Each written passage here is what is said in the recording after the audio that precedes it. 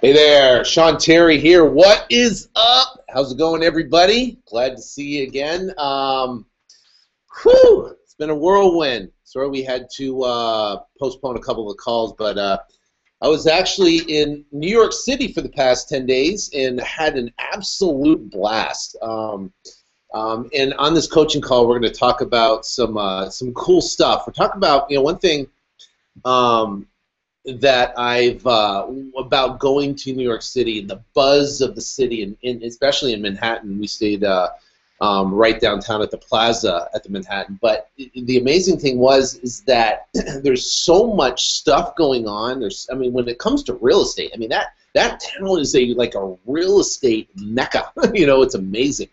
But the bottom line is that I left there with a feeling of raising the game, raising your game. What's it going to take to raise your game? And I realize, that, when you're and I'll get into it in a sec, but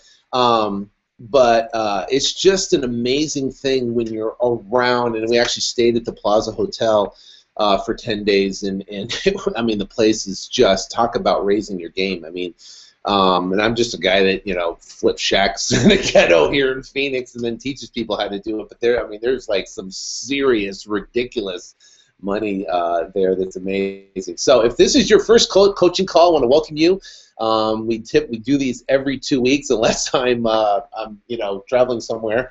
But I can tell you that I love doing these coaching calls because I love to hear you guys' questions, and I love to just to share stuff that's going on in the business right now, the stuff that I'm doing, and just when it comes to the thinking side of it and actually the doing side of it, and kind of putting those two together to go out and achieve amazing results. So the goal obviously is to help you go out and achieve incredible results, to go out and have a lifestyle that you've always dreamt of, to give you the ability and the belief that you can do it, but then also give you the tools that I use every single day in the daily business, so you can go out and be able to do it and accomplish that in some amazing success. So if this is your first time, welcome. I'm going to take you into, I'll do the, I think it's desktop. All right, I'm going to minimize this. All right, so here we are. If you're here right here, make sure you refresh your screen here, and refresh your screen, and you'll see the video start streaming. You can go on here, the Ultimate Real Estate Investing Podcast. We have all of our podcasts on here. If you haven't listened to any of the podcasts, you can go here, or you can go into iTunes and you can listen to them. We have tons of things, from getting your first check to quitting your job. Obviously, in the Academy, we have all the different modules, and we're adding more content, adding more modules, adding more stuff in there, constantly updating it and making it better for you. You want to make sure you take the Flip to Freedom Challenge right here. Basically, what we do is we give $1,000 away a month and $10,000 away at our annual event, the Extreme Freedom Live event. We just had it here in May. It was phenomenal at Talking Stick Resort. Actually, it was in April. And next year, we've already have it booked, and it's going to be May, and we're going to start releasing those dates and information here in the next month or so. So it's going to be super exciting. Here's our other previous winners of the Flip to Freedom Challenge, and it was great to have everybody there and see them at the event. It was phenomenal. So make sure you register for that. The Flip to Freedom Challenge is super exciting. If you want to know stuff, you can follow me on Instagram, Instagram.com. I've been having fun with that, which is pretty cool. Just posting different cool things and pictures. I've got pretty much our whole New York trip is on there, which is pretty cool. Kind of documenting some cool stuff that we've done. So follow me on Instagram, Flip to Freedom on Instagram, and that's it. All right, so that's it for the announcements of what's coming up or what's going on. I'm excited for summer, I can tell you that. I love summers. I'm going to go back to this. Hey, we are back. back. There's like a delay here, so there's like a 30 to 40-second delay on these type of things, so you got to bear with it. All right, so let's get into it. What do we want to talk about today? Talk about raising your game. What's it going to take to raise your game? And when I left New York City, I spent 10 days at the Plaza Hotel, and I can tell you, first off, it was amazing. The service was amazing, and we happened to stay in the penthouse floor. So the Plaza has 20 floors, okay? And you know, and you have to have a special key to get up on the penthouse level, right? And the penthouse level is completely different from all the other levels, I can tell you that. And you have to have a special key to get there. So, you know, so we're in the penthouse level, and we stayed in a 1,550 square foot, 2-story suite with my wife and my 2 daughters, and it was amazing. We had, you know, out on the suite right there, you have your own private balcony out there that overlooks the entire city from the 20th floor, Central Park. Amazing, just amazing views of the entire city. Now, Plaza Hotel it's a historic hotel. It's been around for years and years and years, and it's just so much history there, and it's just amazing. Now, funny story is, and we did the whole New York experience. We did, you know, we did Times Square, which my kids hated because it was like so busy. You go from suburbia in Arizona to like the Phoenix to, you know, to Times Square. You drop them off, and they like panicked. There was like so many people around. It was crazy. But we had a complete blast, and it was fun. Now, my older daughter was sick. She just, I don't know, from the airplane or whatever, so that made it kind of difficult. But we had a good time. Now, when it talks about raising your game, the interesting thing is, you know, you go see like Trump Tower, Trump International Hotel. You go see some of these other, you know, like the GM building, or even, you know, Carnegie Tower there.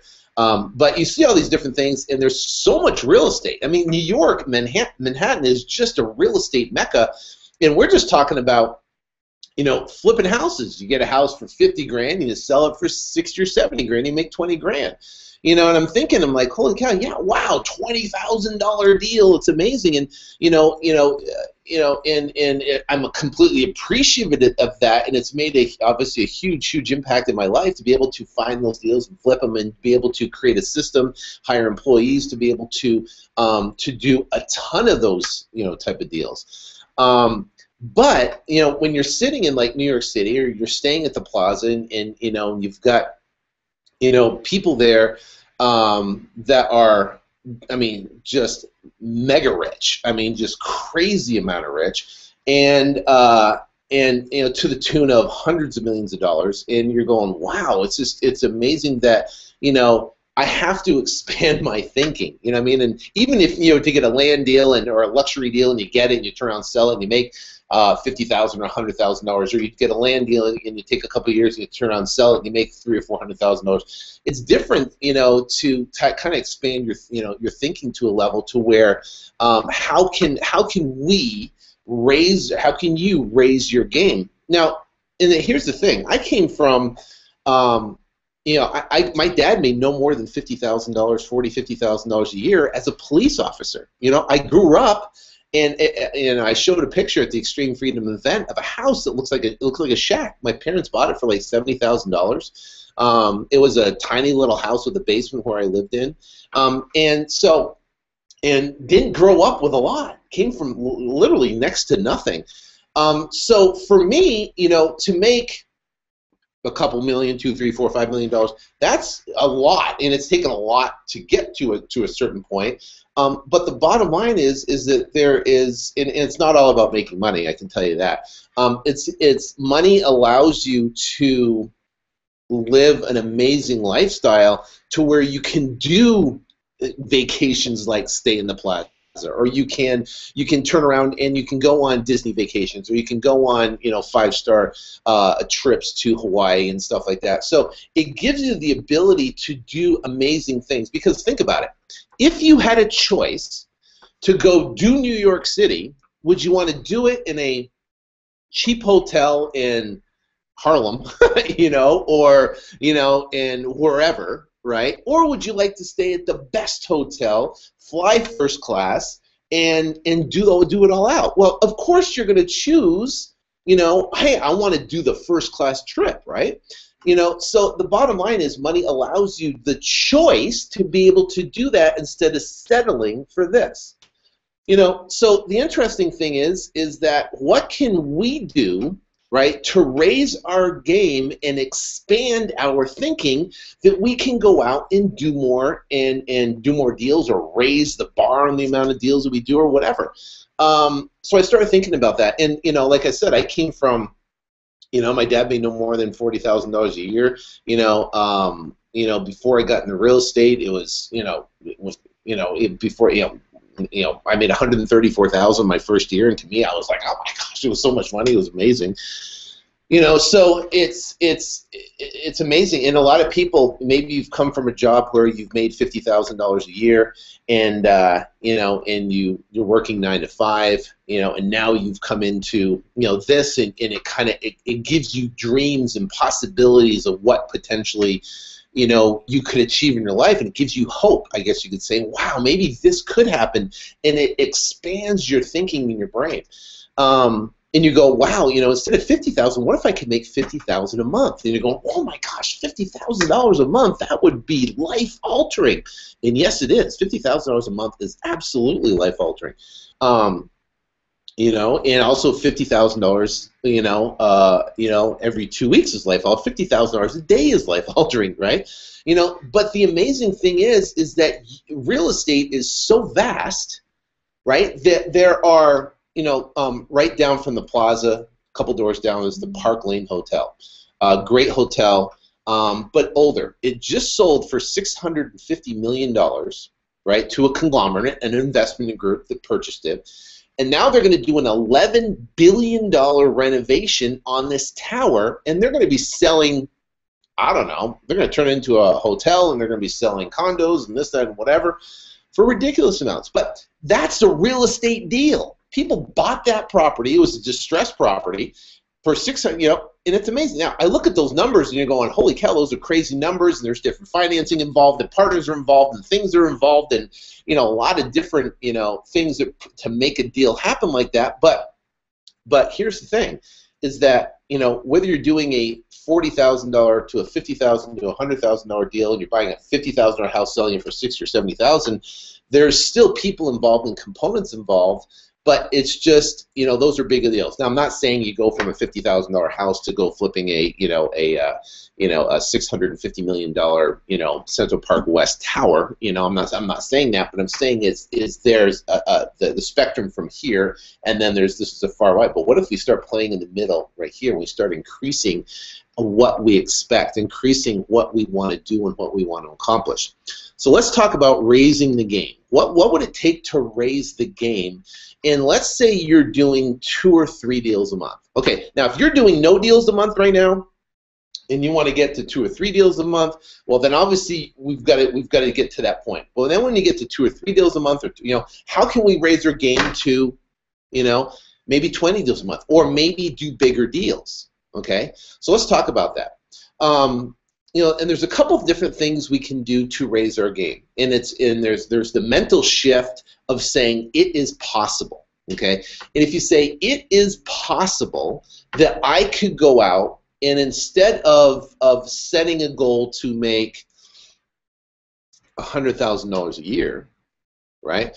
What if you set a goal to make $100,000 a month, right? Now, what you do work ethic wise, and what you do marketing wise, and what you do to do $100,000 a year versus $100,000 a month, wouldn't you agree it's completely different? You got to agree it's completely different to generate $100,000 a month than versus $100,000 a year. So if you set a goal to make $100,000 a month, right? That is just a shift in thinking. Now, initially, you're going to look at that and go, oh my gosh, I can't do $100,000 a month. Are you kidding me? That's insane. There is no way. You know, and you look at all your friends and your family and your relatives and your coworkers and your brothers and sisters and uncles, whatever. No one makes $100,000 a month. No one. No one. No one. Right? And you're going, how the heck am I going to go and make $100,000 a month? Well, that's only 10 $10,000 deals, right? Or 20 $5,000 deals. That's it.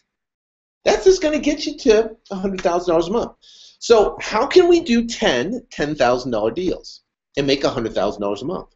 Well, first off, we got to say, when we're going to negotiate with the seller, we've got to make sure that instead of settling for, you know, a $3,000 deal or a $2,000 deal or $5,000, whatever, we make sure we set our profit expectation higher. So instead of when we're negotiating in our bottom line price, when we figure out, you know, here's the price we need to be, and then you write your, I always talk about writing your number in your manila folder when you're going to meet the seller and your bottom line number. Well, that bottom line number has to include a minimum of a $10,000 profit if you're going to hit your goal and do 10 deals a month and make $100,000 a month. You know, it's going to be able to do that. Now, interesting thing, we did our first intensive. It's called the Flip to Freedom Intensive. It was in Scottsdale. It happened in February, and we had about 10 people fly out, and they flew out, and we did the you know, basically a round table session. And a lot of it was the thinking, like, well, where am I going to be? You know, what's it going to take to accomplish X, Y, Z? So a lot was the thinking, expanding the mind. But you know, two of the guys that went there, that went to the event, has never. They're doing $15,000, $20,000 a month consistently in their business. $15,000, $20,000 a month. That's pretty good. So they're doing that consistently in their business. After the event, they took what we applied and they went and accomplished, and a lot of it was strategy, and a lot of it was tools that were used, and a lot of it was thinking, expanding thinking, where now they're doing $100,000 a month in revenue. Just from that one meeting to going out and now expanding their thinking, raising their game, now they're $100,000 a month in revenue. Okay? Amazing stories. Huge. Crazy, right? But the bottom line is that there are the thinking and the tools. So let's say 10 deals at a $10,000, that's $100,000. So we have to increase and expect more on a per deal basis than we were yesterday. Okay? So from this point, you're going to say, listen, instead of, you know, $5,000 or $3,000 a deal, I am going to accept no less than $10,000 a deal. We put in ours $20,000 a deal. I mean, that's what we put ours. I've raised our $20,000 a deal. Okay, and now that I've been in New York and this and the other and stuff, I'm like, holy cow, you know, I'm going to do $200,000 or $300,000 deals consistently. How can I make $2, $3, $4 million a month? Well, holy cow, I'm going to negotiate $3 million a month. Well, I'm going to do what? What is it, $100,000 deals a month? Is that right? That can't be right. I'm still got jet lag, you know, so yeah, 100,000 deals. So now I'm thinking, what do I got to do, right, to first off secure what does a $100,000 deal look like, and then how can I scale that? Okay, interesting thought. And that's a different. Now you can do $3 million a month in revenue, right? It's pretty much the same thing. $3 million a month in revenue times 12. Is that right? That's $36 million a year. $36 million a year. Now, that's not bad, just, you know, from flipping happens. So what's it going to take to do $100,000 deals a month? So those are kind of things I'm thinking about. What's going to take? You know, well, could we shift and do bigger deals? Could we do bulk deals? Could we get just in the luxury space? What if we just flip luxury houses? That's it. You know, I don't know. It's something that I'm exploring, that I'll, you know, to kind of delve into and look at. So that's the expectation on a per deal basis is something you can control as an investor on what you expect to make per deal. So remember, we're focused on 100,000. We want to do 10 deals at $10,000. That's $100,000 a month in revenue. What's another thing we can do? We can, well, to make $100,000 a month is different from making $100,000 a year, $100,000 a month. Well, what we have to do is the mailing or our direct mail campaign is going to be different.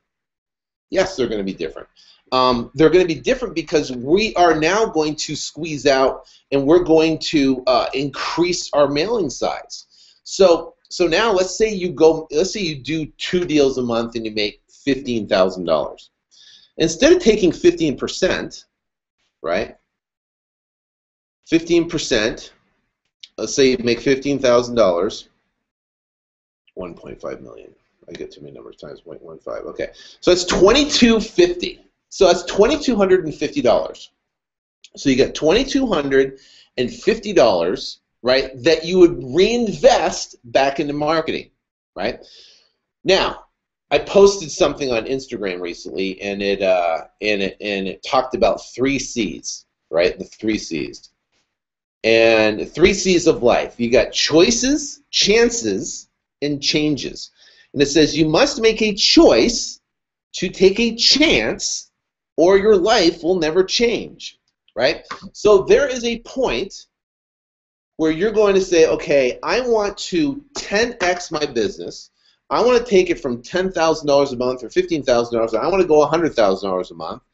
You're going to come to a point where you have to make a choice, right, to take a chance.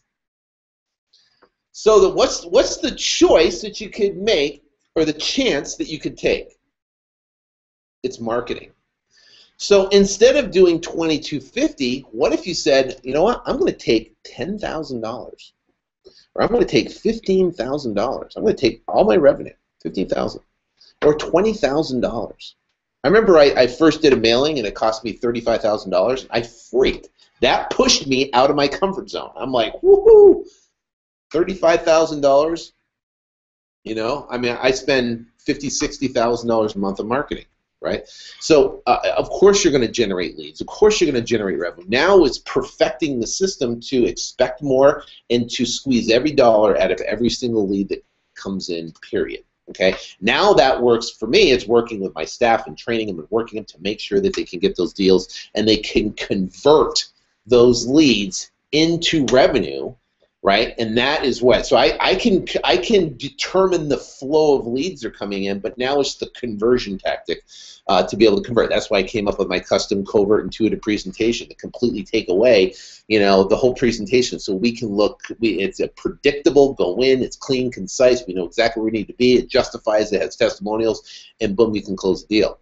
So the bottom line is this: is that to raise your game, what if you take a choice? You make a choice to take a chance on calculated marketing, and you increase your marketing, and you go outside your comfort zone. Now, to go from $2,250 a month in marketing and increasing it to $10,000 or $15,000, you're going to freak. Okay, that's going to make you uncomfortable. You're going to be, I don't know. You're going to get doubts and blah, blah, blah. But then you do it, and you get the results, and you generate the revenue. You're not going to go back. It's going to expand you. It's going to expand. You're going to grow from that, right? You're going to grow, and you've got to make sure you have your systems in place that you can take the calls and can come in. You put them in Podio, and you be able to. You don't want to send out 15,000 mailers and get inundated with calls, and then you're screwed, right? Because you want to be able to do it to where you can ramp into it, okay, and grow and constantly push yourself on the marketing front. Constantly push yourself on the marketing front. So what's another way you could raise your game? So those are 2 different ways you can raise your game. You can expect more on a per deal basis, and you can just plow more money, strategic money, into marketing more than you've ever done before, where it's going to make you uncomfortable. Another way that could expand, right, your revenue is hire an acquisition manager. Hire someone that you can bring on that can help you take a brunt of the calls. Okay, so now you have a team person, okay, that's going to come in, when I hired Stan on as an acquisition manager, that was a major commitment on my side. It was a huge commitment on my side, because to basically pull him for what he was, I had to match his current income, which was $120,000 a year, just in salary, right? Or actually, it's a revocable draw. So that was a big chunk for me. It's like, holy cow, I got to put this guy's life in my hands, his family in his hands. I've known him for years, and then pay him that much. I was like, holy cow! I mean, that's a lot. Now, I'm not saying you have to pay someone that much, but he was worth it every dime. So the bottom line is that you can expand by bringing on potentially another person, a rock star that can help you grow your business. Now, for me, it was a massive stretch to hire somebody. It was a massive stretch. But now it's done strategically to where I'm looking at where is my time most valuable. It's my time is most valuable of working on the business. It's working on each strategic part and seeing where I can grow revenue when it comes to marketing, where can I grow revenue when it comes to training the staff, where can I grow revenue versus the information side of it, where can I grow revenue when it comes to providing into different markets or bigger deals. Those are all looking at different where I could grow more revenue in those different pockets. So when you start hiring people, it takes the burden of you of doing everything, and then you can start working on more strategic things of your business. So now you have an acquisition manager. They're going to take the phone calls. They're going to put them in the Podio. They're going to go run appointments. They're going to go talk to sellers. They're going to get contracts, and maybe you deal with the buyers. Well, that's going to free up a lot of time for you. Now you can focus on more strategic part of your business of growing it when it comes to marketing and increasing your marketing or different marketing channels or creating more marketing pieces. And we're always testing new marketing pieces all the time. We just did a test. We sent out 30,000 mailers this past week, and we tested 2 different postcards. One, right? So we did 15,000 each, a test, split test. One postcard so far has got 500 calls. The other postcard got one. Okay. Now once I have all the tested numbers, I'll reveal the postcard. I'll put it up in the gobigprinting.com/flip to freedom. But I constantly test it on. Now this becomes a control. Now I'll do another test against this test to see if we can bump it even more. Okay, because I'm always testing to try to find the best marketing piece to get the most revenue. Now, we've got the calls coming in. Now we've got to be able to captivate the calls and convert those calls into leads. Into good leads and be able to convert them into revenue. Then I can break it down to ROI numbers on a per card basis, and that's incredibly important. So I want you to think about this for the next 2 weeks of raising your game. What you can do to raise your game to the next level. A couple different things. We talked about. You can raise your game by expecting more per deal. You can raise your game by expecting more for goals of what you want to accomplish. Instead of $100,000 a year, accomplish $100,000 a month. You will function different. You'll wake up earlier. You'll go to, if you wake up 2 hours earlier every single day just to work on your business. Now, I know the kids are getting out of school, they're out of school. Well, guess what? They can sleep in whatever. You can wake up 2 or 3 hours earlier. If you wake up 2 hours earlier and you do that 7 days a week, so what is that? You wake up 2 hours earlier times 7 days a week, right? That's an extra 14 hours a week times 52 weeks in the year. That's 728 hours that you can work, divided by. That's almost, you're gaining a month of productivity that you're just focusing on your business. And it could be maybe creating postcards for tests. Maybe it's doing new marketing channels. Maybe it's working on yourself to expand your mind and grow. But think about that, 728 hours just by waking up an extra 2 hours a day, that could raise your game. That could raise your game. Maybe you go read, about all the Brian Tracy novels on selling skills, so then you can learn it and then teach your team. Do you know what I mean? Maybe you could learn about personal growth and time management skills, and learn about what it takes to run a multi-million-dollar business. Those are all great things. I got books upon books upon books upon books. I'm constantly reading, constantly listening, constantly learning, constantly trying to educate myself and always be myself in a position of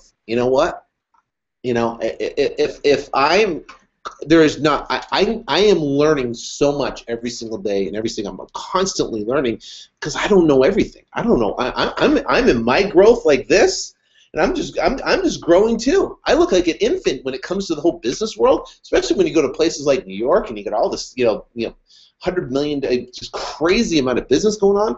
I'm a schmuck. I'm just getting going.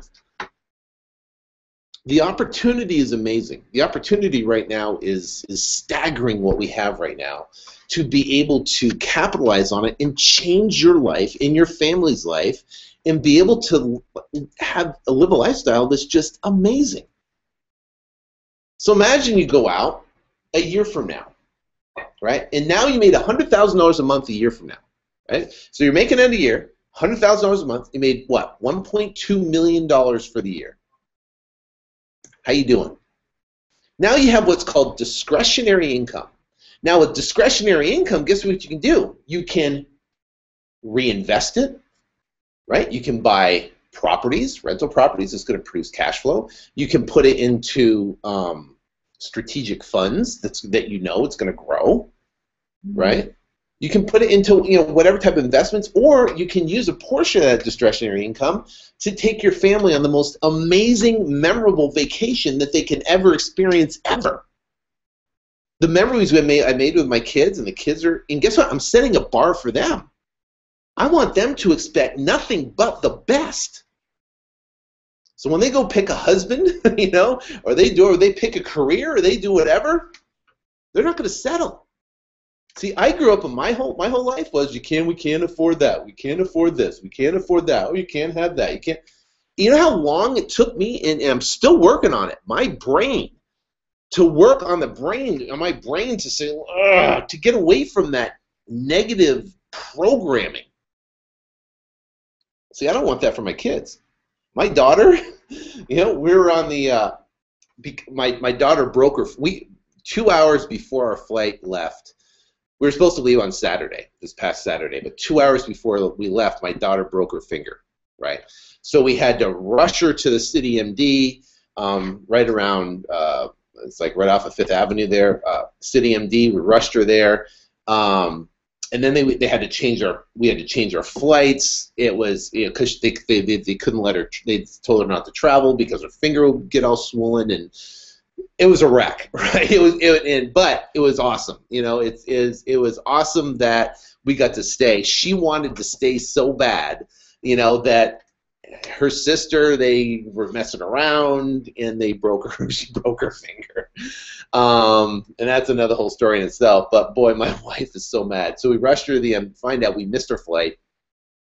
So, and they said you're not gonna be able to fly for a couple days because of swelling. So we had to stay at the Plaza from Saturday till we flew out yesterday, so Tuesday afternoon. So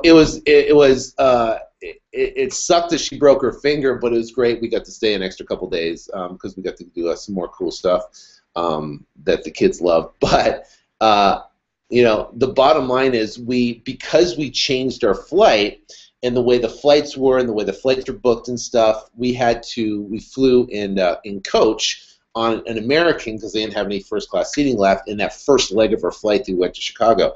And my daughter is sitting in this, and she was like, man, it's cramped in here. Now, she's like 11 years old, a skinny rail, and I'm 6 foot, 2, 6 foot 1, 6 foot 2, big, and she's in there, she's like, it's cramped. And I was like, man, this is cramped.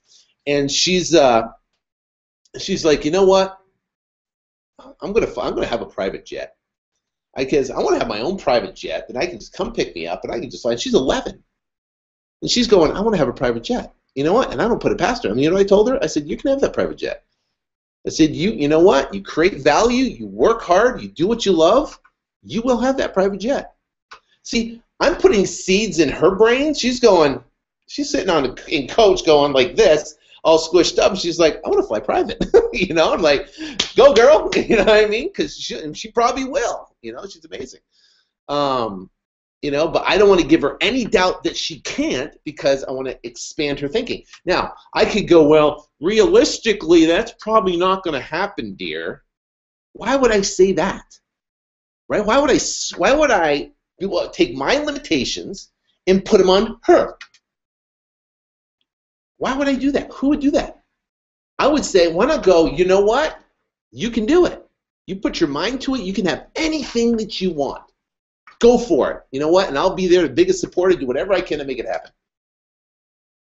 Don't go, well, you know, I don't know. Realistically, who cares about realistically, right? It's not realistic that you can start from nothing. I don't have a college education, came from broke family, right?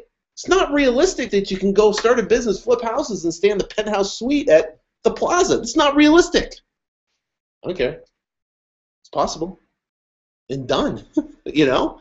And you can do the same. So raise your bar.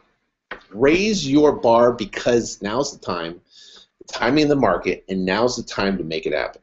And you can make it happen if you stop doubting yourself, having a little faith, and increasing what you do. You know, the extra 2 hours a day, that could change your life. You can make a fortune.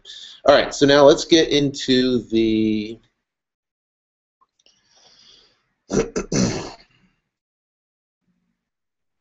let's get into geesh.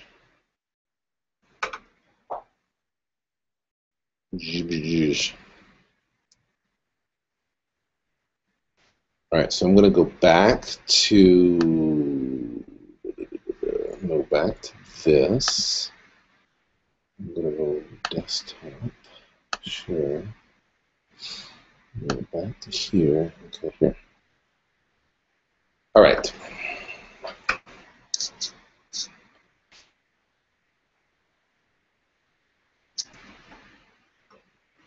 Okay.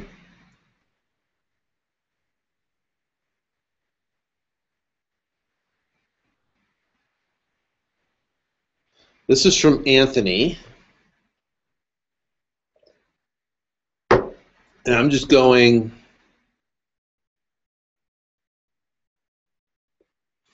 down the list here.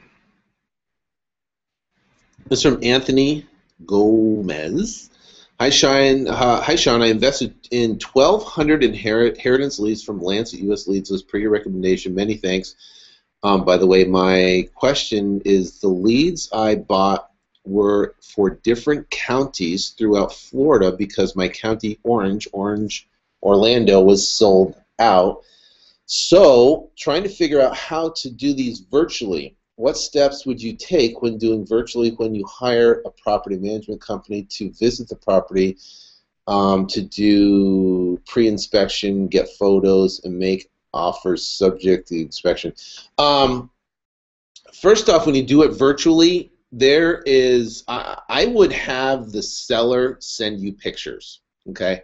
A lot of the stuff we do virtually, we just have the seller send us pictures. So here, listen, Mr. Seller, we're interested in your property. Could you do me a favor and send me, 15, 20 pictures of your property, and just have them email over some pictures. Most people have on their smartphone, they have a camera, they can plug into a computer, and they can send you pictures.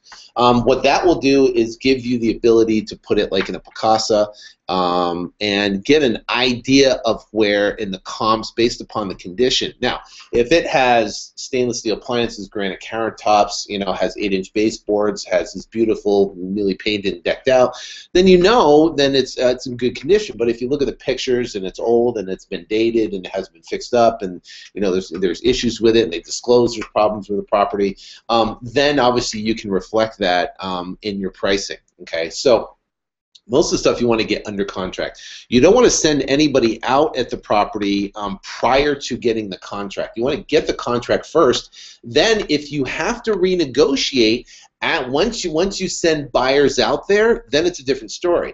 Then you send a buyer out there and the buyer goes, dude, this place is trashed. He said, the pictures you sent over, he's missing the hole in the roof. He's missing the whatever. So that will give you the ability to renegotiate with that seller to be able to do that. But my recommendation is do everything over the phone and have them send you pictures. I know there's a service out there. I don't know what the service is, but they'll actually go out there and take pictures for you. I think they charge a couple $100.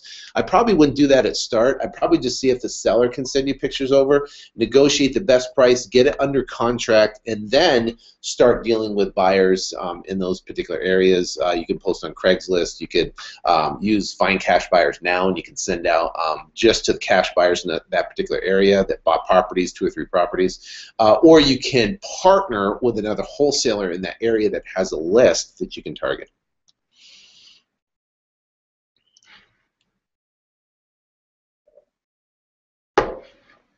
Sounds good. Good question from Tech X4. When a buyer wants to see a home but the seller lives there, how should I be handled? If it's local, right, and you're local and the seller lives there, you want to meet the buyer at the property and you want to prep the buyer prior to going to the property. So what you're going to do is you're going to call up the buyer and say, listen, Mr. Buyer, obviously this is a wholesale property, I have under contract, you're going to be buying it. The seller lives in the property, so what I'm going to do is I'm going to meet you at the property, we're going to walk you through the property. Do me a favor, do not talk to the seller. We're not going to talk numbers in front of the seller. We'll go outside. We'll go to a Starbucks or something like that. And if we want to talk the numbers, I just want you to go in, look around the property, and we can come out, make a decision, and then I'll just take care of the seller. So you got to prep the buyer up front, right, prior to going into the property. And if you don't do that, then you're going to have issues because the buyer's going to go in. I had a buyer go into a property once that Stan, he didn't prep the buyer before going in. So the buyer walked in and goes, looks around and goes, no, I'm going to pass on this property. There's too much work that needs to be done. He did it right in front of the seller. Well, now, guess what? He leaves. Now we got an issue with the seller. We got to kind of go iron that out. We don't want that. You know, so if you prep the buyer up front, okay, then he's going to be educated when he goes in, and he's going to know what he gets, you know, he's, listen, do not talk to the seller, not talk any numbers, negotiation, nothing in front of the seller, and that's it. We'll talk all of our communication outside after you look at the property.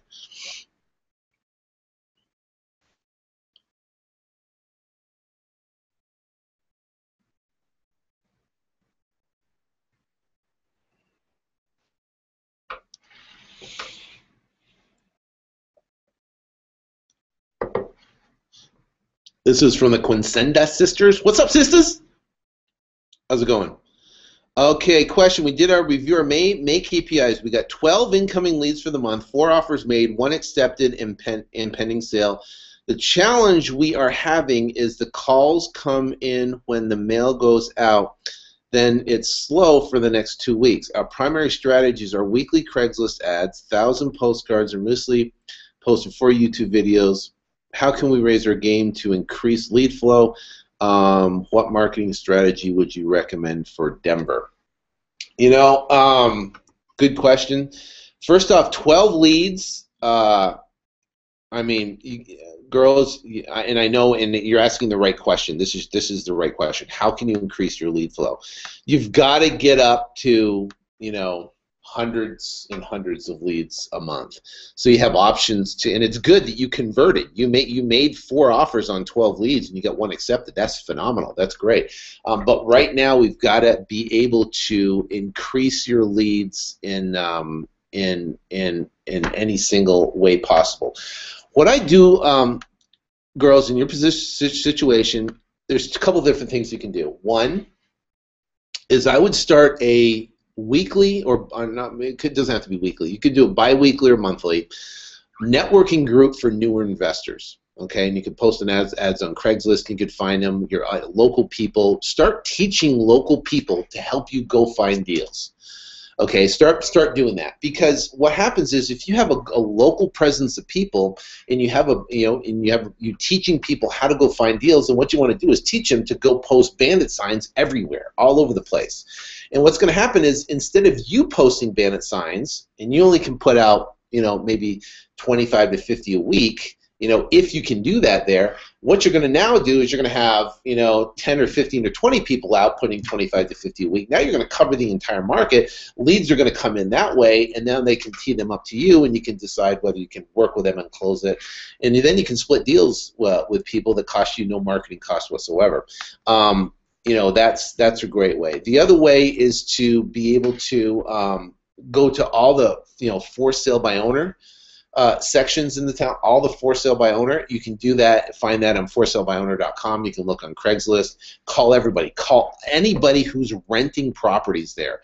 I would search through the Craigslist rental section, and I would try to find anybody who's renting properties there, and I would, between those 12 leads coming in, I'd be calling every single one of those rentals, and I'd have a search, if this, then that service where it will pull all the rental properties that meet a specific criteria, and it will send it to you each and every month. What will happen is, when that happens, is you'll get people that have a property that they just now are putting to rent, and now you can find a way to sell it. So those are free sources. You can go on Craigslist and find for sale by owner. You can go on the for sale by owner sites. You can get the people that are renting properties. Those are other free sources that you can then cold call people. The other way is to have other bird dogs, or you put out bandit signs. If you put out, there's a guy here in Phoenix, which is a highly, highly competitive market, very, very similar to Denver, that all he does every day, he'll go out in the morning, he'll post out 25, 30 bandit signs, and he comes home, he waits for the calls. And every single day, that's his job. He wakes up at 4 or 5 o'clock, 6 o'clock in the morning, he posts out the bandit signs, he comes home, he's done, and he waits for the calls to come in. And he does it every single day, and he posts, 25 a day, you multiply that times that, and he does that 7 days a week. You're talking, or even 6 days a week, you're talking 150 signs a week they're being able to put out where you can get potential calls coming in.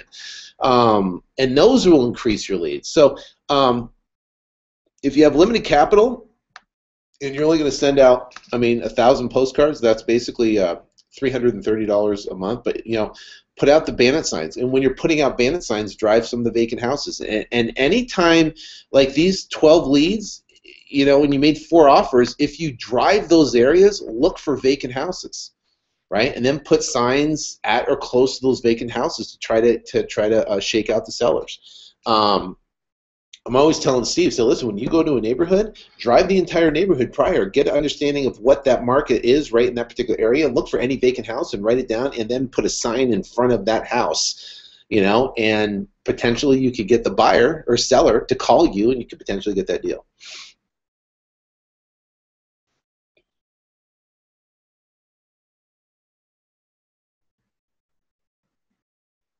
Okay, these are a good one. This is from Guest 104.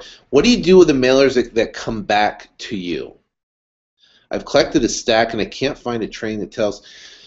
Well, interesting thing is, if you're mailing like the Quindessa sisters there, if you're mailing 1,000 postcards, you're probably going to get maybe 40 to 50, 100 of them back. Right. If you're going to get that, that is something that I would try to trace, especially if you're mailing inheritance or something like those type of high quality leads. There, any type of inheritance that the leads actually come back, where the mail comes back, those are the ones you really want to nail down and search and try to find the owners for those particular properties, because those would be the best deals, because no one else can reach them. In my particular case, when we send out 30, 40, 50,000 mailers a week, it's impossible for us to be able to manage. We get thousands back, and it's impossible to manage. We do on our inheritance ones, when those come back, we do skip trace those.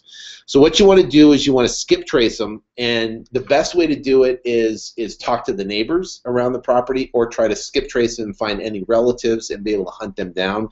Those are some of your best leads, and you'll probably get 2 or 3 deals out of those particular leads that come in.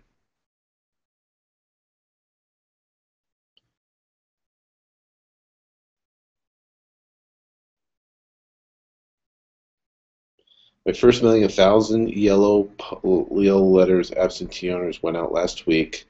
Next, I will layer inheritance and probate. I will follow your multi-touch mailing schedule for each. I want to launch a large format outdoor campaign, bandit signs. Question is, should I launch an additional mailing campaign before starting outdoor signs? Thank you. It looks like you said you're mailing your first 1,000. Do your mailings, right? And just like the Quintessa sisters there, is that you have the mailings, right? And then between your mailings, right, put out put out bandit signs. You should have a schedule to put out bandit signs every single day or every single week. Okay, and if you put them out every single day or every single week, you're going to get calls. You're going to get consistent lead flow of coming in to the point where you're going to get to a point where then you can hire someone to put out those bandit signs for you. Or what we do is we have a team of people, bird dogs, that we teach them to go put out bandit signs, and they bring the leads back to us. What's up? What's up?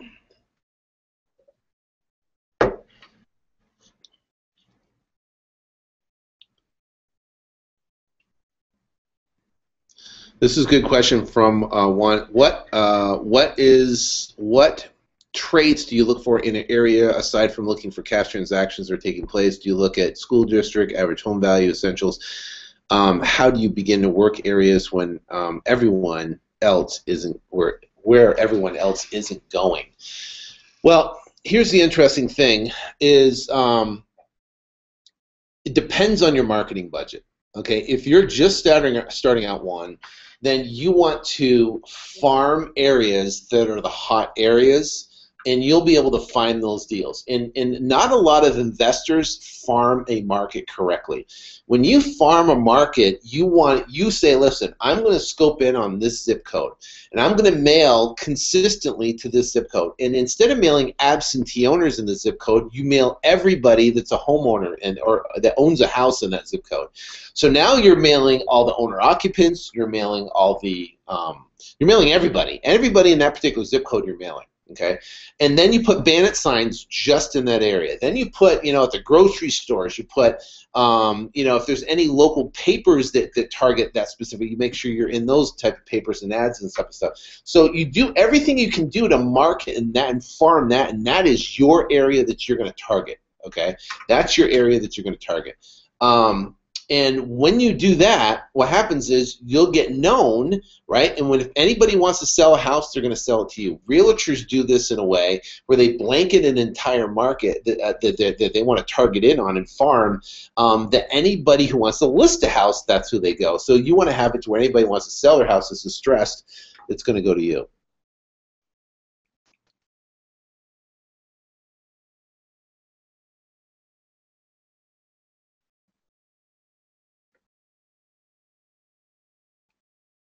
This is from Joey Davis. He's saying, "What software apps are you using for your lists, calendars?" I use an app called Fantastical. Right, Fantastical. You can get it in the App Store. It's a Mac app. It's Fantastical. You can put it on your top. And I use Reminders, and that is for it's a Mac product too. So I use Reminders, and I have all my lists, right, that I have, and then inside each list is broken down for my daily tasks, and then I have all the major projects. I have my project list, and each project has its own list of things I want to do, and then I bring that into my daily task that I want to accomplish, and then my calendar as I do through Fantastical, but also I'm integrating, which is basically it integrates with iCal. But I'm also doing something different where I'm going to use Schedule 1, which I'm just looking into right now. How many times do we mail the same list? We have a list of about 400,000 names, and we mail it every 4 months. So consistently, every 4 months we mail it.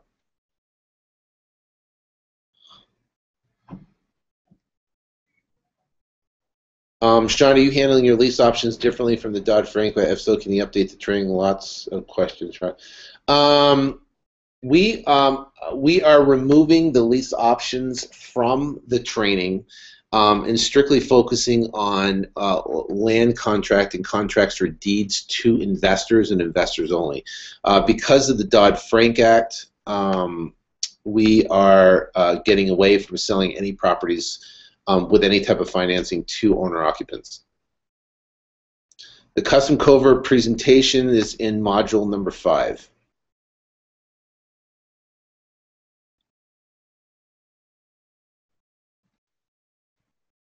Sean, do you still write offers on properties that are under contract? If so, what are you doing if the contract does fall out and you are paying full list price? Many contracts are under contract full list price. No, I do not We do not write offers on properties that are already under contract. We don't do that. We write. What we'll do is we will contact the listing agent that has a pending property and tell them if their current contract falls out, call us because we can act quick. So a pending agent has a property that falls out, then they turn around and call us, and then we'll jump on it. And we'll focus on type of distress, like a probate type of property, bank-owned properties or something like that. So, but we don't go after properties that are currently under contract.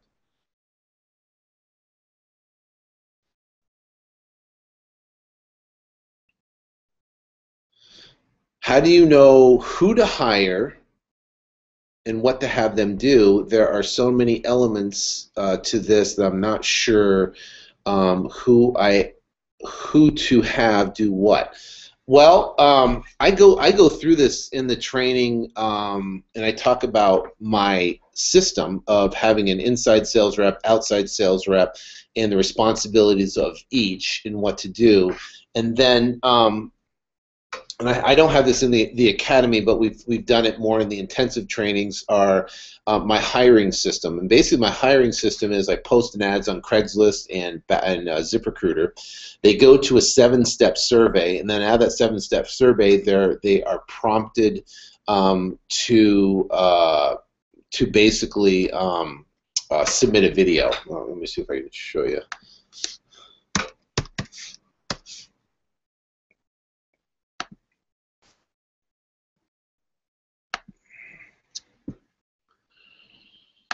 Here's the executive assistant position that we just hired for this week. But it just says,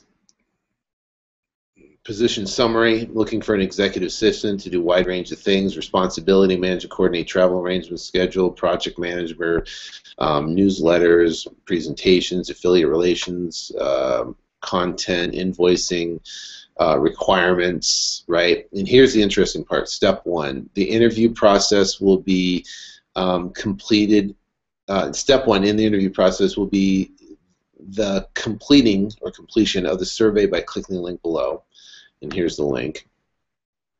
2, and it's clickable inside the thing. 2, in the interview process, will be submitting a 5-minute video to the email provided at the end of the survey. Number 3, the interview process would be a one-on-one interview with the CEO. For the information about the companies, I would basically tell them the information about the companies and apply now, and then this takes them to the, no job is closed right now, but it takes them to this particular link right here. And they go through the application process. So basically, we go there, we take them through an application process, and this was looking for an executive assistant to do for and the same thing we did for an outside sales rep that we're looking for.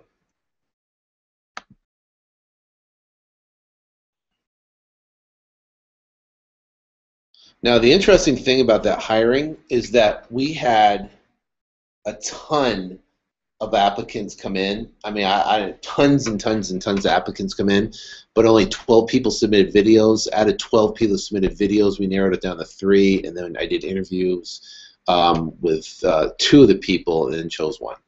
So basically, it eliminates all the tire kickers.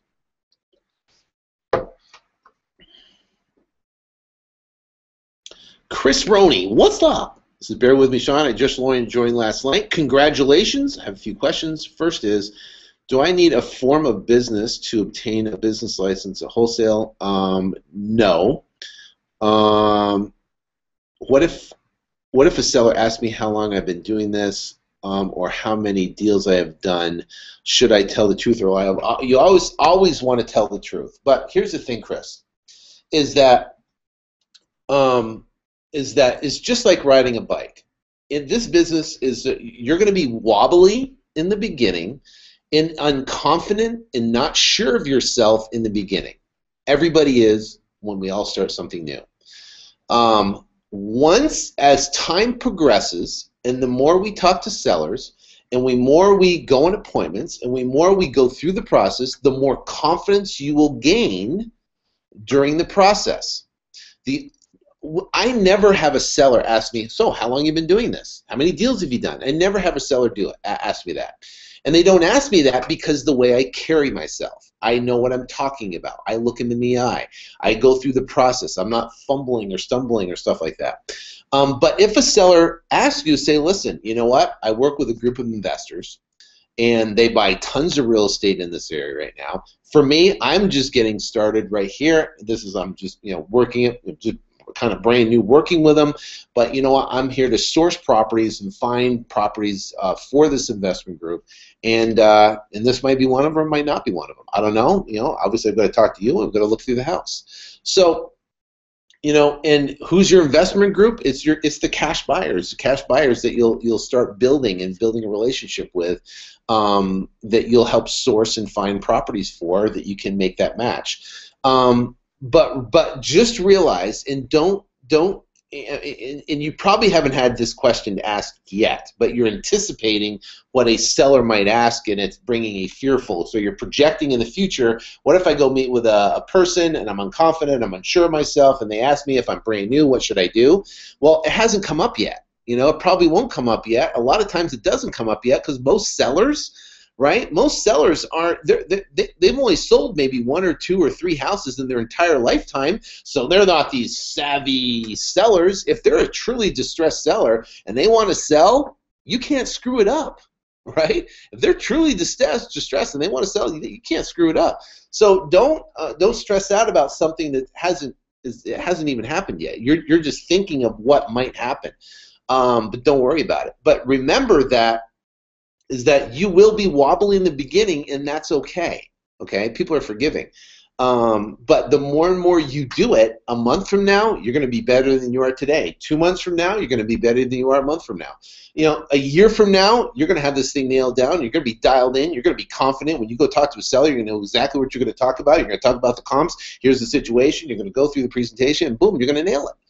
You know what I mean? Now, does that mean you have to wait a year to make money? Heck no. You can get started by and I use the analogy digging dirt, right? And you're looking for gold. The more dirt you dig, the more gold you'll find, right? So if you just dig with a spoon, right, it's going to take longer to go out and get that success. If you start digging with a backhoe and you start digging and start putting out band signs, and digging is marketing, and you put out postcards, you're talking to sellers, and you submerge yourself in this, guess what? You're going to get more confident as the days progress, and guess what? You'll never get this question. Okay, you're just anticipating what that question might be. That, oh my gosh, what if they ask me if I'm brand new? You never lie. You just tell them exactly. Say, listen, you know what? I'm brand new. I'm just getting started, but I work with an investment group. They're looking to buy houses, and I'm hoping your house is one of them. So you want to sell or not? So.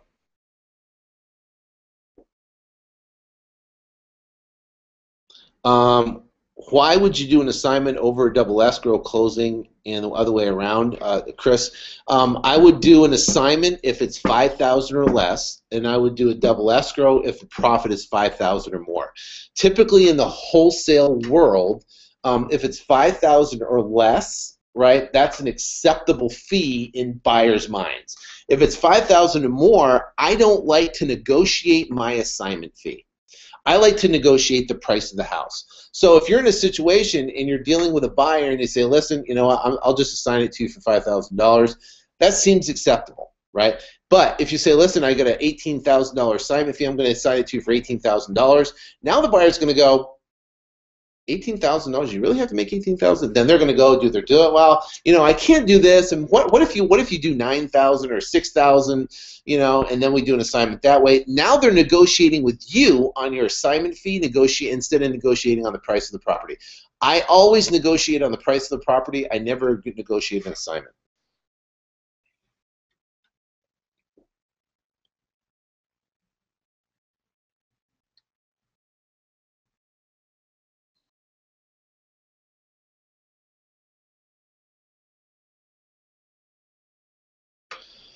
This is from guest 353. Is anybody wholesaling short sales? What about the hold times? I don't teach negotiating wholesales. That's not what I'm a short sales. That's not what I do. I don't market after short sales.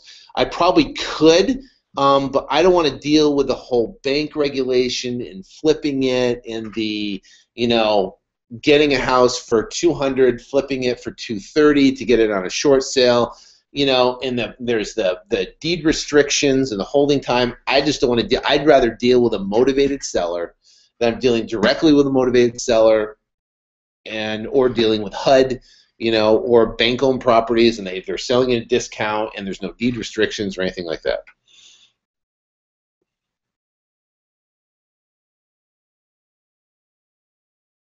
Yes, you can get a buy-side purchase contract and then turn it at an assignment at closing after you secure a $2,500. The buyer will see on assignment will see your fee.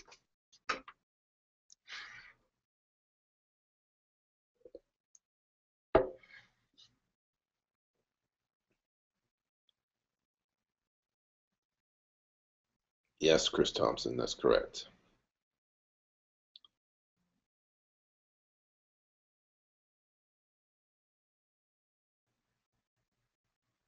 Okay, this is from Richard. I put together a mailing list, and I had a list that had absentee owners and no mortgage after 2000, and no mortgage after 2000. I only got 550 names in the city of Chicago. That isn't a very big list from a big city. What would you suggest to get a bigger list? I put together a mailing list that had absentee owners with no mortgage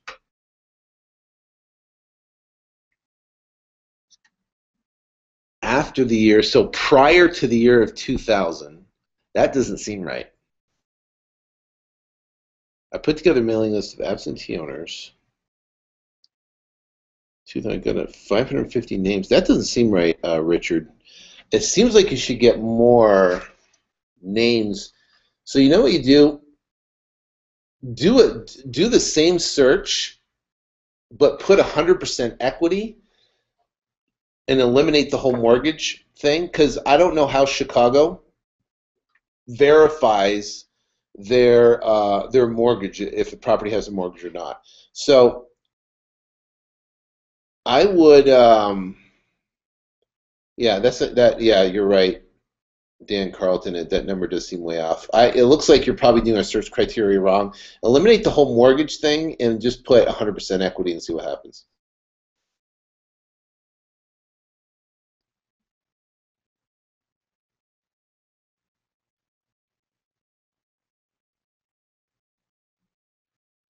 Hey, Chris, have you done any deals with VA foreclosure homes? If so, are there deed restrictions? No, I have not done any on VA foreclosure homes. I have not, so I don't have any information on deed restrictions. That I would call my title company and I'd ask them to see if they know if there's deed restrictions on those type of properties. How would you deal with a buyer who has purchased pending, has a purchase pending, and then decide to get out of the contract when the house is about to close? All right, so how would you deal with a buyer who has a purchase pending and then decides to get out? Well, JT Farnsworth, in this particular situation, if you do what I say and you get a $2,500 non-refundable deposit, I would say, listen, first off, we're in a legal binding contract, number one, and number two, you have a $2,500 non-refundable deposit. So you can choose to get out of the contract, but you could be liable with a lawsuit, number one, which I don't really like to go down that road, but or you will lose your $2,500. No questions, no if and, no buts about it. You'll lose your $2,500. So what do you want to do? And then I'd be like, listen, then we'll never do business again. I find some smoking deals in this area. You know what? I know tons of buyers. I know tons of people in this market. Are you sure you want to go down that road? Because word travels fast of people that are flakes, and I don't deal with flakes. So I can appreciate that you want to get out of it, but the bottom line is we have a contract and you have $2,500 non-refundable. So you need to close.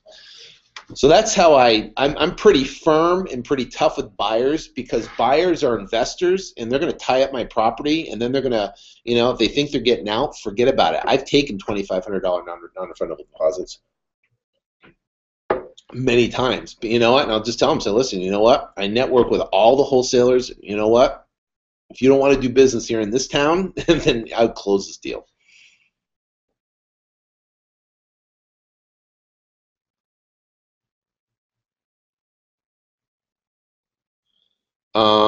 It's from Wayne. Sean, how would you structure a contract in which the seller does not get paid until you complete the rehab and sell the house?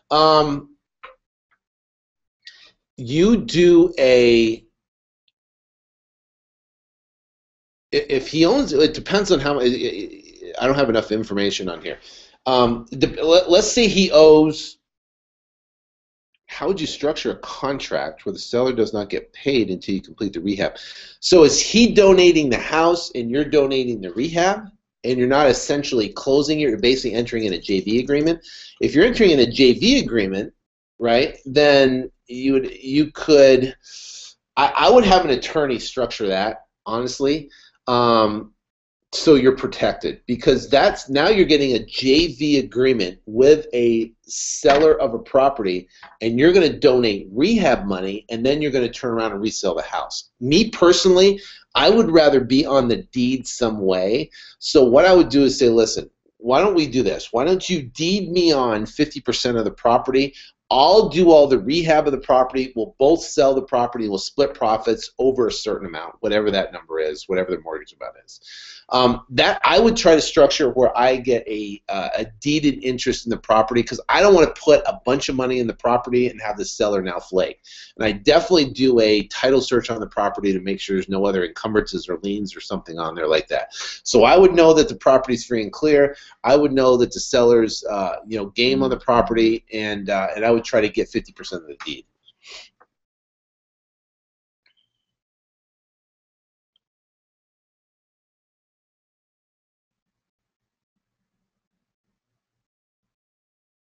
This is from Richard. Is radio worth the risk or cost? I am still testing radio as we speak right now. I've spent probably 10,000 has made 10 or 15, 10 or 12,000. I don't have my exact numbers in front of me, but I've spent 10 to 12,000 and made like 23,000 so far in radio. The ROI is not high enough. The cost per lead is too high for me right now. So I am still trying to figure out radio that works best. Okay, I'm still trying to figure out exactly the best. And when it comes to frequency, and when it comes to spots chosen, what's the best spots, the frequency of having how many times during a particular hour, and what hours our spots are played in. I'm still working on trying to get our cost per lead lower, and to generate more revenue out of it. But so far it's been a win, but not enough for me to say radio is the ultimate marketing thing. It's incredible. We get leads, coming in. It's not like that yet. So I'm still working on trying to find the best stations to make it happen.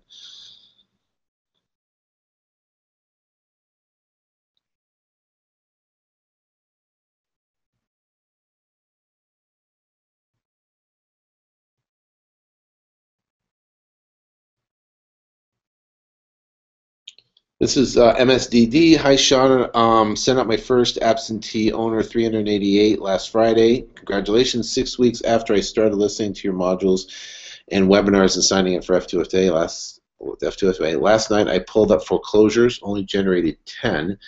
Last Saturday, I contacted an agent hoping to make him part of my team regarding a HUD property. I felt he was discouraging me from bidding about 40-50% on the house that came on the market February 2014, had an escrow fall through, probably by an investor. Am I correct on my hunch? Well, you got to find the right person to be able to do it. Typically, you want to find a brand new realtor that's willing to do, that's looking for business. Someone that's willing to work, someone that's willing to put in the bids. I would try to steer away from like someone that's a highly experienced realtor, because they're not going to want to put in bids at 40 to 50%. Now, remember, you want to find the threshold of HUD, and there's two ways to find the threshold. One, you bid your numbers, and you slightly continue bidding until you find a threshold where you get acceptance. Or what you do is you pull all the HUD closings that have happened in the last 30 to 45 days, and you look at the list price versus the actual close price, and you're going to have a lot that are retail, right? Because people don't know that you can get them below market. You're going to have a ton of the retail, but there's going to be a handful where you're going to see there's a considerable spread. And some markets, the number is 40 or 50%. Some markets, 30%. Phoenix, it's in the 88 to 91% range. So those are just numbers you can figure out by looking at previous closings that have happened.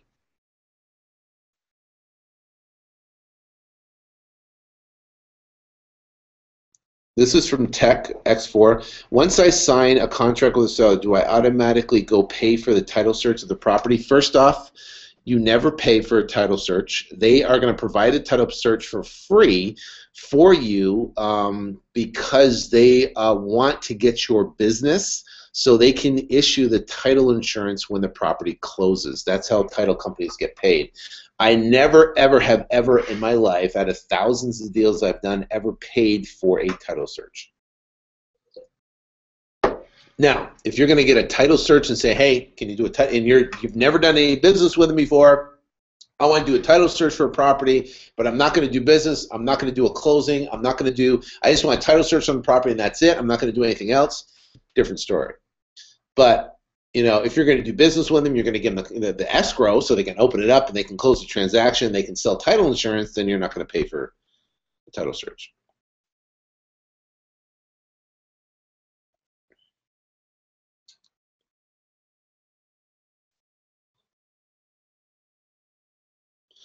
This is from Jonathan Park. Great question. I have a buyer using a hedge fund to find all his deals, and he has to follow all their guidelines when purchasing properties. How do you make them move faster on making deals happen? They take way too long in their decision process.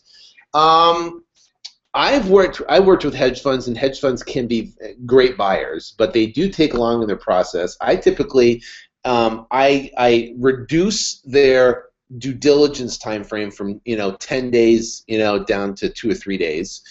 So that's part of that. And once you provide them some good deals, and they can get down to like a 2 or 3 day inspection period, and then they go non-refundable close, then you're good. Now, what I have found typically with hedge funds, that I can sell them properties at a 3 to 5%, even 8% higher than I can do any of my other buyers. Okay, so it's worth giving them extra time because they are going to pay a higher premium than all your other buyers will. That's what I found in this market. It might be different in your market. You can test it, but give them properties that let's say, listen, I'm going to put it out the market at $200,000, but and give it to them, give them the first shot at it, and give it to them at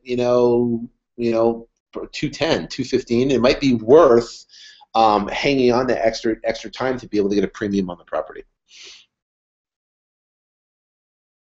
How do you accurately determine ARV using Zillow? I have a whole training on that inside the academy. I think it's in module 4 or module 6, and I go through how to use and I use Redfin, Zillow, and Trulia.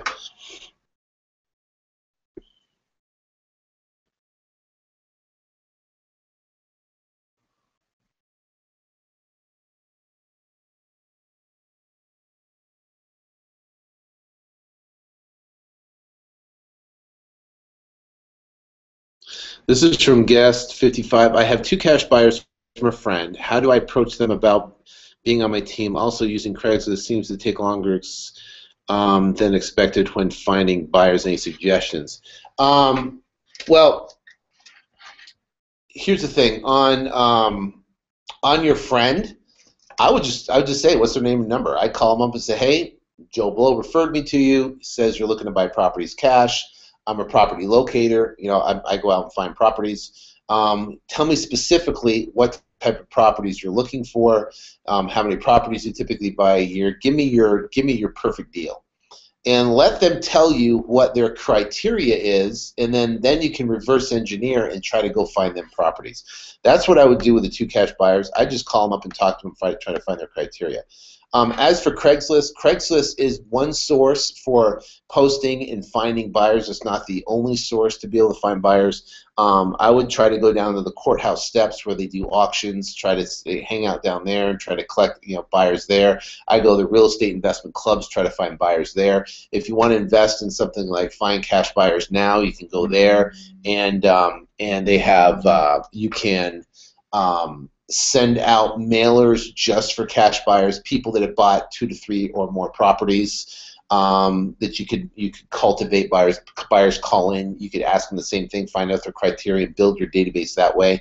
And then working directly with realtors. So having a realtor on a team pull all the cash transactions that have happened in a certain area, and then work with all the selling agents. Try to get people of agents who sold those properties. Those are some great sources to find buyers in your particular market. But I would start with your two cash buyers and talk to them and see. Now, I can tell you, in this market right now, since we're in a market where the deal pretty much makes the precedent, I would go out and find the smoking deal. Once you find the smoking deal, then you can put it on Craigslist. You're going to have buyers calling. Then you're going to put out abandoned signs. You got buyers calling. Then you can really narrow in on realtors and find all the selling agents of realtors that have sold the property cash in a 3-mile radius of a particular property. Then you can call them up or send them an email about the property. What's going to happen is once you have a property brings buyers. If you're just going to build a buyers list without a property, it becomes a little bit more difficult, because now you're just looking for buyers and you're saying, hey, when I get a deal, now once you have a deal, the buyers start flocking, and that's the fastest way to build a buyers list.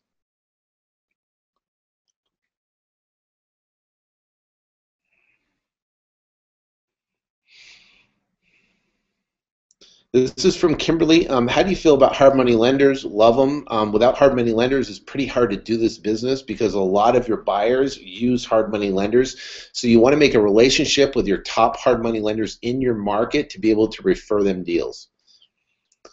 On who you use and if you've ever used hard money, yeah, I've done 100+ fix and flips. Most of them all done with hard money.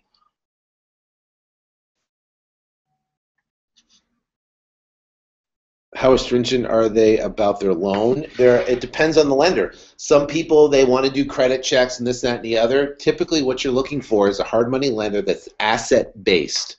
All they care is about the asset. They don't care about the borrower. All they care is about the asset. And if the asset makes sense, then they'll give a loan on a percentage of whatever the purchase is. So if the purchase price is $100,000, they'll say, listen, I'll lend $70,000. You come in with 30 grand cash. They come in with 30. They lend 70,000, and then the person will go fix it and turn around and sell it. Yeah. So my opinion, from a wholesaler standpoint, having a hard money lender a part of your team is crucial, and you want to get a person that's asset based only. They don't care about the actual borrower, and someone that can fund and fund quickly.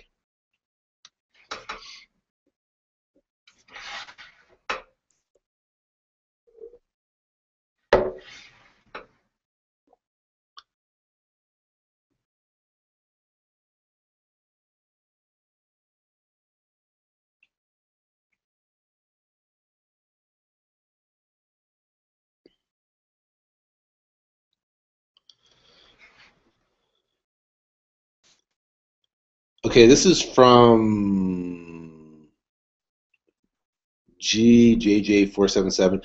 Hi, Sean. I consider myself am an investor newbie. Another person who is new to real estate in total has asked me to do a joint venture investment with him because of my knowledge of real estate as a licensed real estate agent and as a REO listing agent. He can bring transactional funding to the JV and will not charge a funding fee. The training seems to be slowing my already very slow investing business. Would you do this kind of JV at this point, or would you keep working on getting your business going first?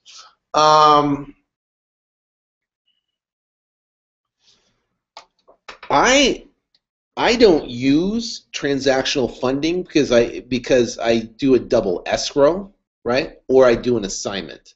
So unless you're in a market where a HUD transaction, um, unless you're in a market where you have a HUD and you have to have it's called a wet closing. In that particular case, you would need a transactional funder, which then this might make sense. But I probably wouldn't, you don't really need them right now. Go out and find some bunch of sellers and do a bunch of deals. But having a JV part of my team wouldn't be someone that would a JV, that's just going to make transactional funding wouldn't do a lot of benefit for me. Now, having a hard money lender a part of the team that he can make the interest and the spread and stuff. Now, I wouldn't do a JV. I just make him as a referral. Say, listen, I can refer you business from a hard money standpoint. I can refer you the business, but I'm not going to do a JV with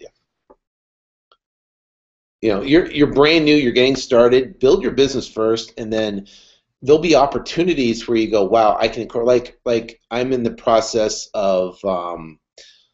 I'm going to set up my own hard money fund to where I'm going to set up a PPM, raise $5 to $10 million, and then use that to be a source for my buyers. So instead of me referring out all these other hard money lenders, I'll have my own in-house hard money lending team, and I will just refer it in-house. So because I know the properties, I know we can sell them quickly, I know what LTVs and stuff like that we have to be at.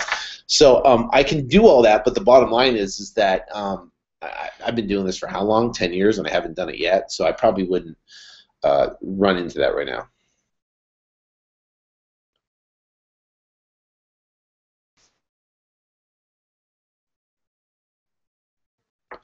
This is JTF Farnsworth. Important question. Do you have a referral for an E&O insurance for wholesaling?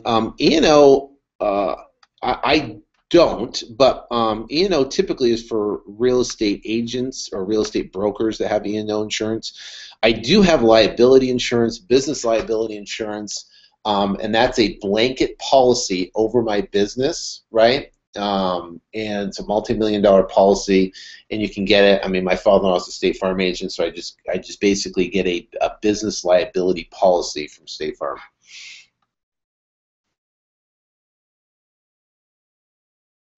Is there any way to make your title company do your title search faster? Yes.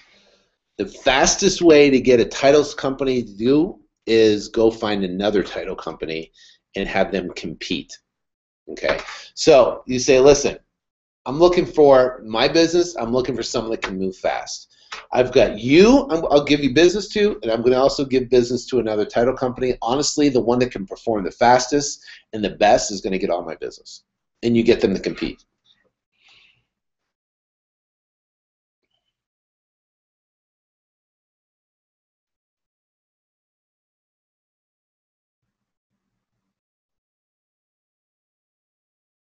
Okay, question. Seller has signed for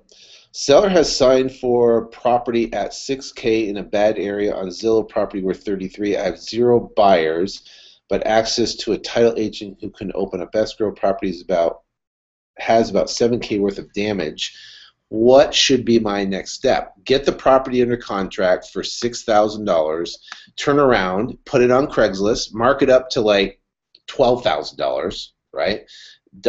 So mark it up for like 12 grand, or even, so 12 grand, and which is about 50% of your 33. And maybe I even mark it up for maybe 15 grand. Mark it up for like 15 grand. Put it on Craigslist, blast it out, put it on Backpage, put bandit signs all the way around the place, and do that for a week to a week and a half. If after a week and a half, right, you can't find, now I would try to talk to every real estate agent that sold a cash property around that area in the past, several months, and you can find that data by talking to another real estate agent.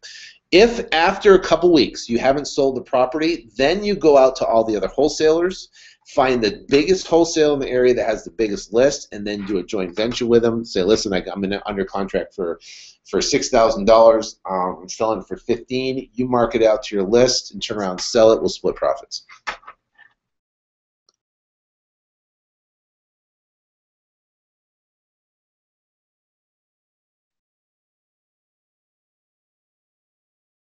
Going back to the question of assignment versus double escrow, how can you do a double escrow in a state of California where everybody tells you it's illegal? First off, my question, who is everybody? Who is that source telling you that? Is it your friends, family, and relatives? Is it the attorneys telling you that? Typically, when I hear someone say, everyone says it's illegal, they're getting their source of information from inaccurate and not an authoritative position.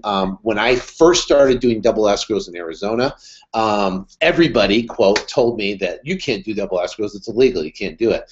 And I heard it from various different title companies, and they were from inexperienced title agents, people that have been in business for 2 or 3 or 4 years. You need to talk to someone that's been in the business for 15, 20 years, possibly 30 years, someone that's more experienced, and be able to do it that way.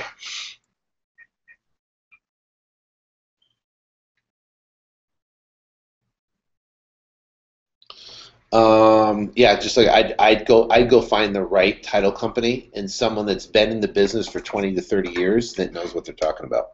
Because people are in it. Go on the Facebook page, the Flip to Freedom Academy Facebook page, and post on there from California, the part of California you're in, and ask them if there's any referrals and from a title company that they can refer you to that will do double escrows.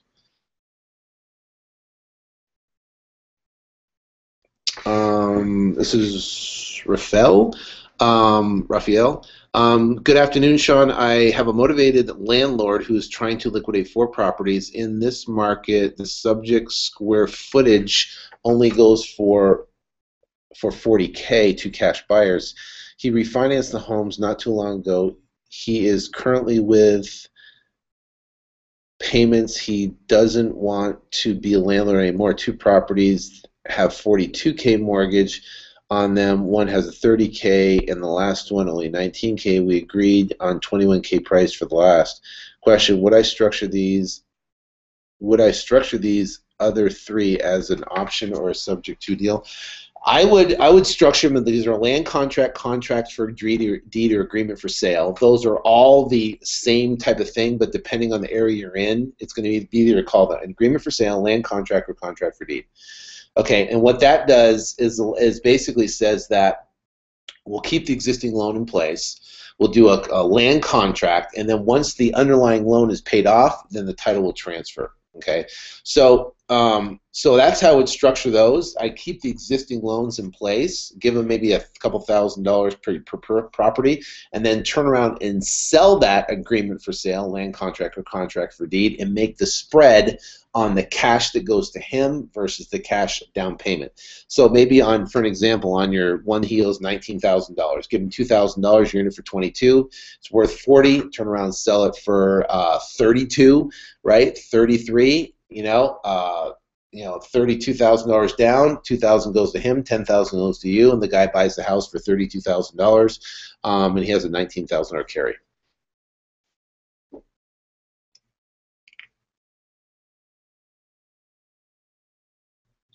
This is from Richard. Do you get many deals a month for asking listed agents to call you if their property falls apart? Do you have agents to search for you to find the pending properties? And if so, what keywords do you search?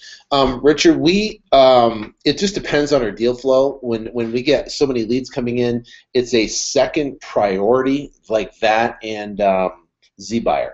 So when the leads are slow, we'll go after the pendings and the ZBuyer leads, right? When the leads are coming in feverishly, we get a bunch of calls coming in, then obviously we're going to focus on those leads. So those are the ones that we will do. So it depends how we work it. And we don't get a ton of leads from it because we haven't made it our main source. I don't have one guy. If I had one guy just working on pending sales, we could probably do 2 or 3 deals a month off it. So how do you find the pending properties?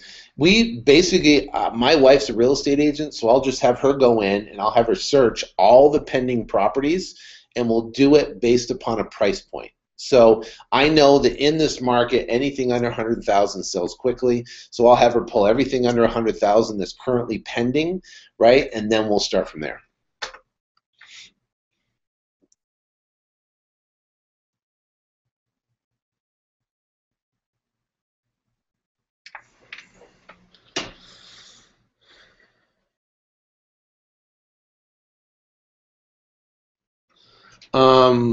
Okay, this is from Raphael. I do have a cash buyer who is interested in getting the authorization signed to negotiate the loan. How would I structure the deal, or should I authorization? You're talking about the 4 properties. I probably wouldn't negotiate the loan. If it's a first position loan, you're going to have a tough time negotiating that deal. You know, maybe you just keep the 42,000 in place. You don't give them any cash on that. When you try to sell it for a couple thousand down, someone might be able to might want to buy it for retail. An investor might want to buy it for retail for cash flow. So I wouldn't turn it over to the cash buyer just because you want to get those other deals done. And a cash buyer, let's say he builds a relationship with your guy that has the 4 properties, and you know, for some reason now the guy wants to do business with that cash buyer versus you. So I would get all the deals tied up based upon what we talked about first, and then before I bring in any other cash buyer, refer anything away.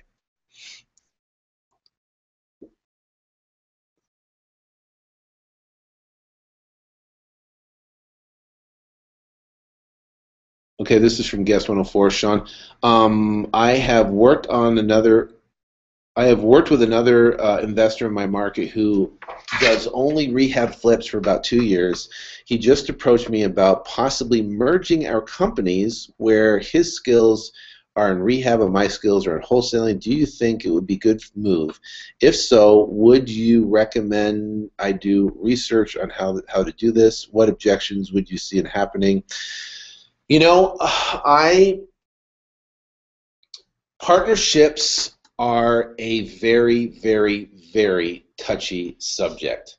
It's basically a marriage. So basically, you're asking me, should I marry this guy? Because basically what you're doing is you're marrying him. You're going to share bank accounts. You're going to share all deals that come in. You're going to share all revenue. He might be great at fix and flip, but he might not be great at, you know, who's going to do what responsibilities, who's going to put more effort, more work in. If a partnership works great, it can be something that can blossom just like a marriage.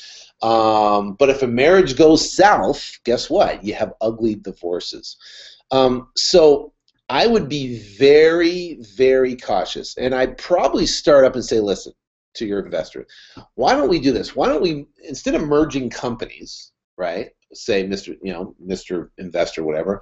Why don't we just work together? And I'll go find deals. We'll see how it works, and we'll do it on a deal-by-deal basis.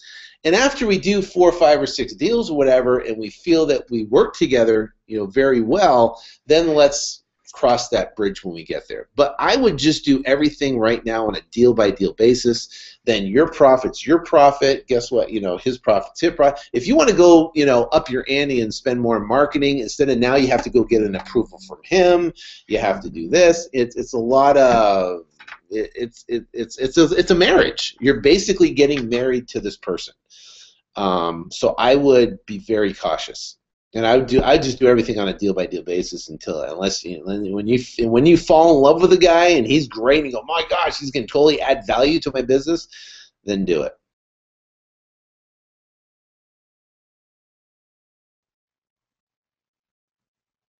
This is from Richard. If you use 100% equity, you'll get owners that just bought properties and then tend to rehab. Yeah, but then you put length of ownership.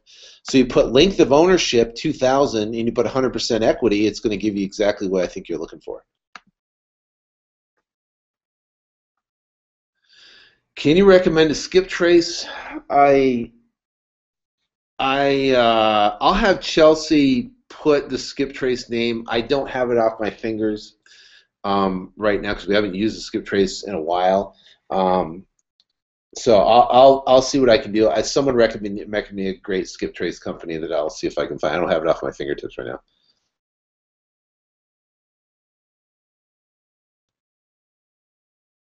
Will you have your F2FA members use your in-house hard money lenders to do deals?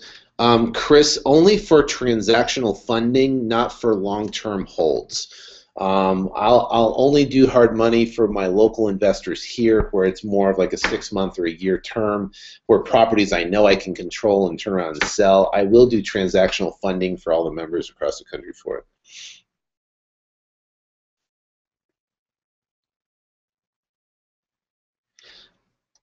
Do you open up escrow after you've gotten an agreed price with the seller, or do you need both seller and buyer?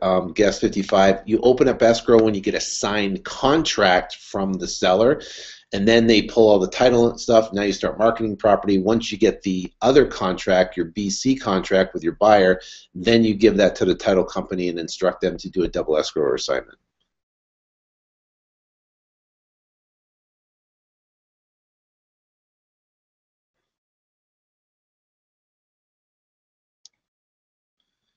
This is from Wayne. Sean, I started a new market, did all the research, put the property under contract.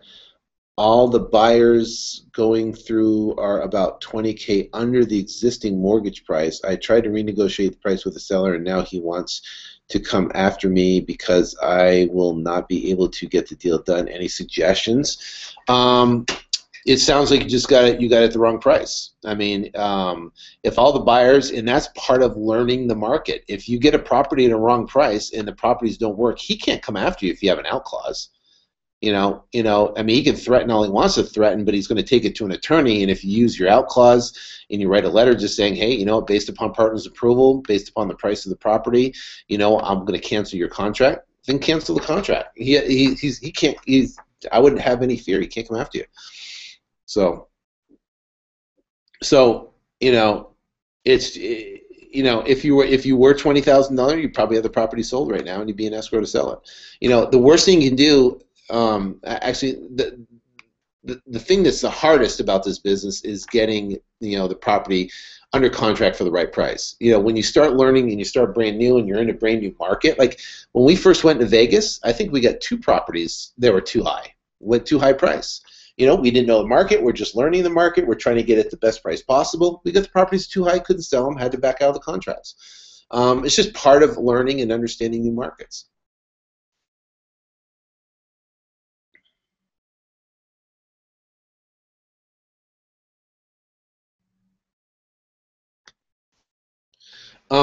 This is from the Quindessa sisters. When calling for sale by owner and rental leads, call them up and say, hey, I see you have your property for rent. I'm an investor for looking for properties. Just wondering if you'd be interested in selling your property. And they go, yeah, I consider if the price is right. Say, great. Can you tell me a little bit about the property? Then have them tell them all about the property. Tell them about the previous renter. Why is the property now vacant? See if you can locate some sort of distress there. And if you can locate some distress, then you say, great, what I'm going to do is, let me give you my email address, and what I'll do is I will write up some numbers and I'll submit you a cash offer. So, and your goal is to send out as many cash offers as possible to these people. Not all of them are going to accept it, but you might have 1 out of 20 that accept it, and you get that deal in the contract, and you make 10, 15 grand.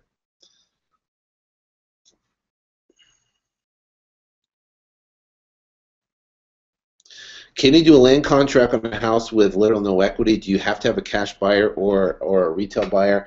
Can the non-refundable deposit go towards the purchase price? Does it have to be split with a seller? Thanks.